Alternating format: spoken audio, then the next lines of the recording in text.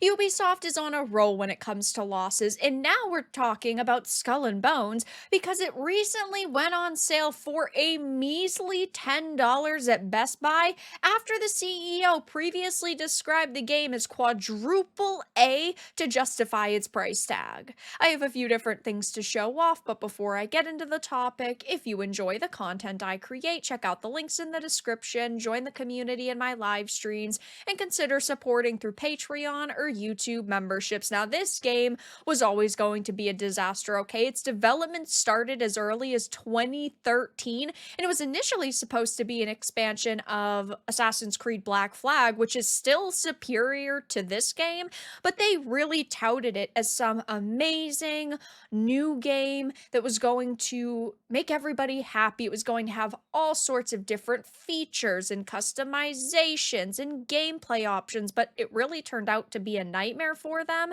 And now it's gone on sale for $10 as part of a promotional campaign. It says Best Buy is running the promotion through August 18th, where they are offering 10 games for $10 for 10 days. On the third day of the promotion, it was selling Skull and Bones for $10 freaking dollars. Now, I understand games are going to eventually go down in price. Every single game is eventually going to be a couple of bucks, maybe 10, maybe 20.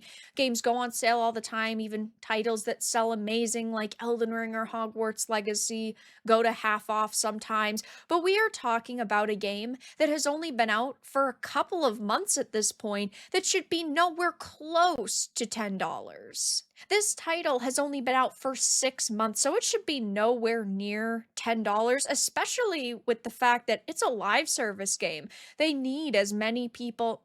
This this game only came out 6 months ago, and they said, "Oh, it's a live service game. We're going to keep expanding on it for years. We've got a big roadmap." And now, judging by the fact that it's $10, I don't think that this game is going to be the smashing success that they expected. And previously, Ubisoft CEO had said that it was disappointing for them, even though we've never gotten an official confirmation on sales numbers, and it is coming out soon on the PC. But I don't think that any of this really bodes well for Ubisoft. The $10 promotion is only a limited time, and it is through Best Buy. It's not like it's on every single platform like on Amazon or storefronts like PlayStation storefront.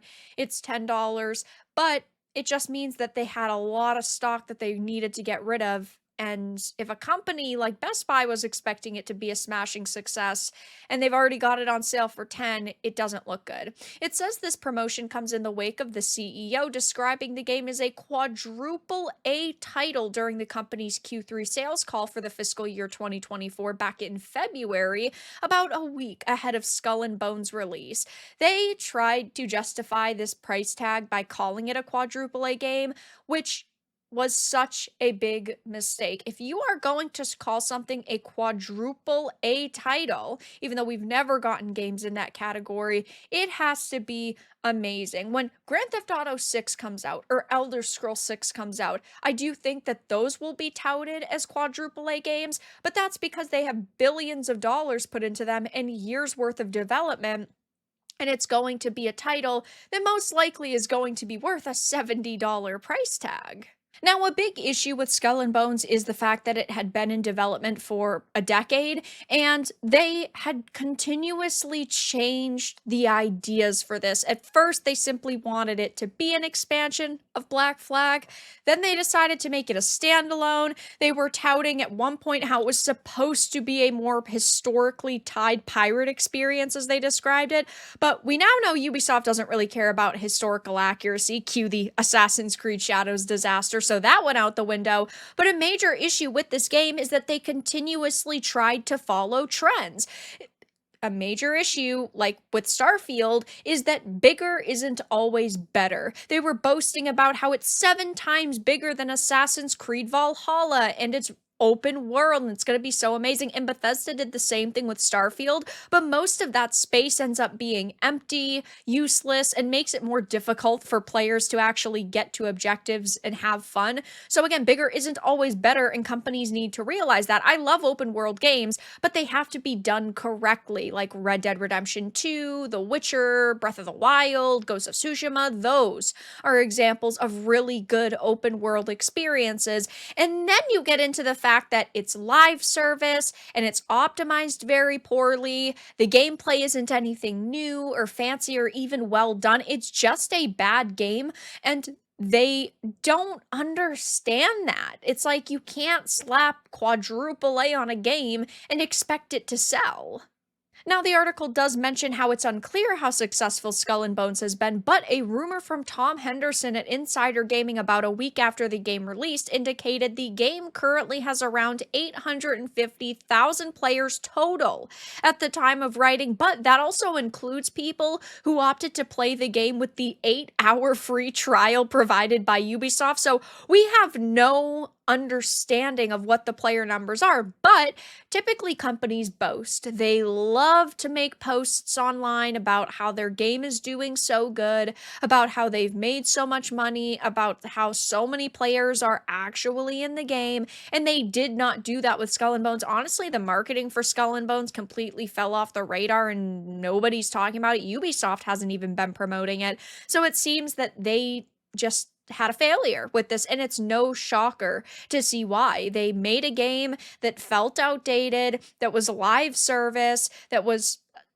Quadruple A, as they like to say, and it ended up being a nightmare from what we understand. And we know that Ubisoft spent over $200 million on this game, and it doesn't look like they got even close to making their money back, never mind making an actual profit. They expected this game to make at least $450 million, and, well, if they only had 850,000 players right near launch, and a lot of those were probably people playing the free 8-hour trial, I can't even imagine what the numbers are now. Of course, when single player games come out, people play them and then they drop them. This does have a multiplayer element, so people could be sticking around for that, but honestly, I've seen nobody talking about it. I haven't seen Ubisoft even promoting it, so I think that this is just another failure for them to add to the pile, and that means that this year, judging by the games that they've launched, they are in for a rough time, to put it lightly. We know that they spent $200 million on Skull and Bones. Rumor is $150 million on Star Wars Outlaws and about $120 million on Assassin's Creed Shadows. So that means they've spent over $500 million on games launching this year. So they probably expected to make over $1 billion with all of these games. I don't think that that's going to happen. I think that Assassin's Creed Shadows will sell to a certain extent because there are a lot of people who do not know about social media controversies or simply buying because it's the Assassin's Creed name.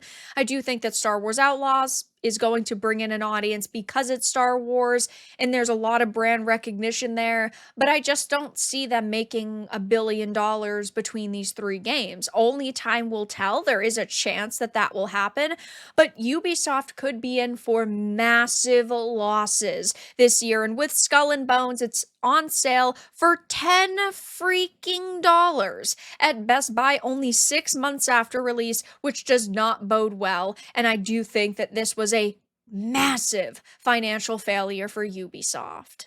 But that's all that I had to discuss in this video. Let everyone know your thoughts in the comments below. If you enjoyed this, give it a like, and if you didn't, give it a dislike. I appreciate your support either way, but I'll talk to you all again in the next video really soon.